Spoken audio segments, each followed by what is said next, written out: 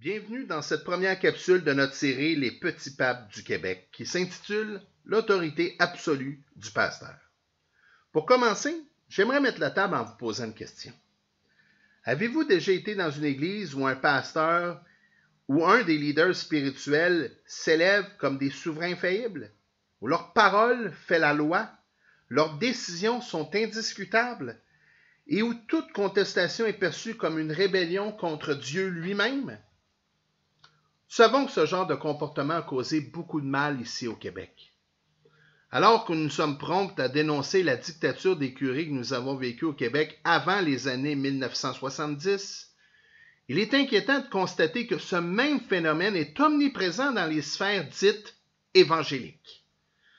Prenons conscience que la dictature spirituelle n'est pas un phénomène d'ordre dénominationnel. Elle n'est pas propre à l'Église catholique romaine. Cette problématique est issue du péché. De tout temps, l'homme a cherché à s'ériger en maître et c'est pourquoi il est primordial de savoir ce que la parole de Dieu enseigne sur le rôle du pasteur. Matthieu 20, versets 25 à 28 dit ceci. Vous savez que les chefs des nations les dominent et que les grands exercent sur elles leur pouvoir. Il n'en sera pas de même au milieu de vous. Mais quiconque veut être grand parmi vous, qu'il soit votre serviteur. Mon premier point, c'est qu'un pasteur n'est pas un seigneur, mais un serviteur. Jésus a été clair.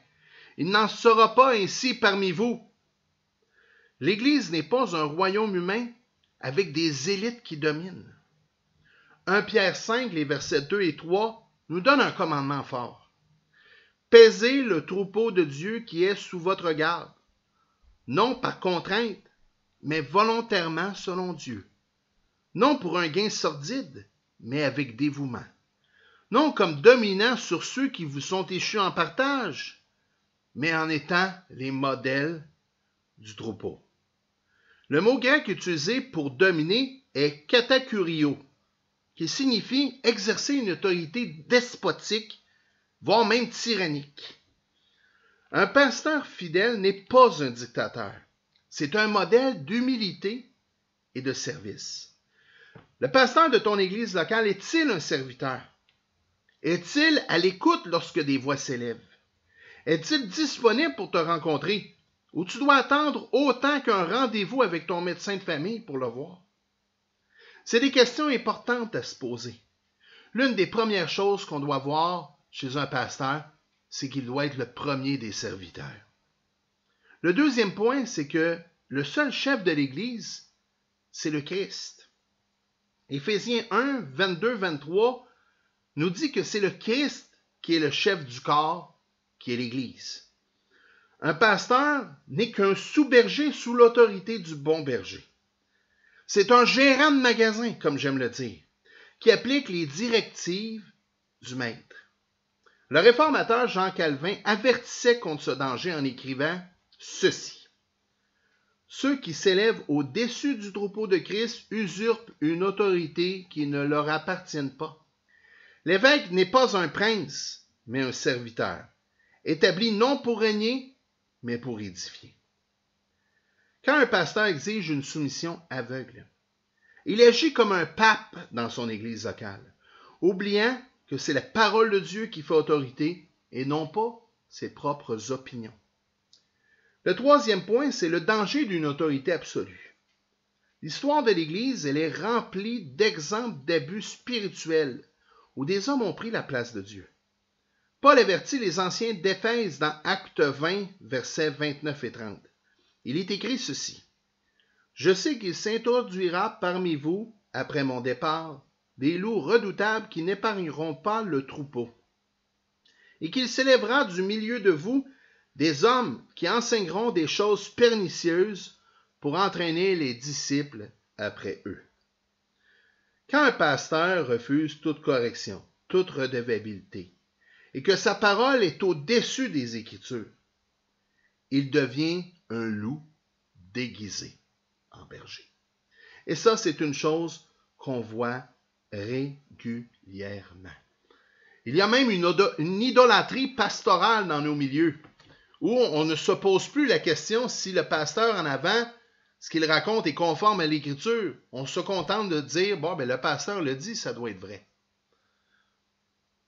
La Bible fait autorité. Pas la pensée du pasteur, pas son opinion personnelle. Et c'est important, car c'est un grand danger qui pollue l'Église actuellement. Mon quatrième point, c'est comment discerner un pasteur fidèle d'un dictateur spirituel. Eh bien, voici quelques signes inquiétants pour vous aider à bien discerner. D'abord, il refuse toute critique. Il ne supporte pas d'être remis en question. Ensuite, il s'entoure de personnes qui le flattent et éliminent celles qui le questionnent. Il prêche ses opinions plutôt que l'Écriture. Il contrôle la vie des fidèles sous prétexte de direction spirituelle. Il fait de l'obéissance au pasteur un test de foi. Mon frère, ma sœur, si tu es dans une église où le pasteur agit comme un souverain infaillible, fuis. Ce modèle-là n'est pas biblique. Et cet homme-là n'est pas un berger, mais un loup. La vraie église est gouvernée par le Christ seul. Et les pasteurs sont appelés à être des serviteurs humbles, non pas des tyrans spirituels. Matthieu 23, versets 10 à 12, nous dit ceci. Ne vous faites pas appeler maître, car un seul est votre maître, le Christ. Le plus grand parmi vous sera votre serviteur. Quiconque s'élèvera sera abaissé, et quiconque s'abaissera sera élevé. Le temps est venu de dénoncer ces petits papes au Québec. Ces petits papes qui se prennent pour des rois dans la maison de Dieu.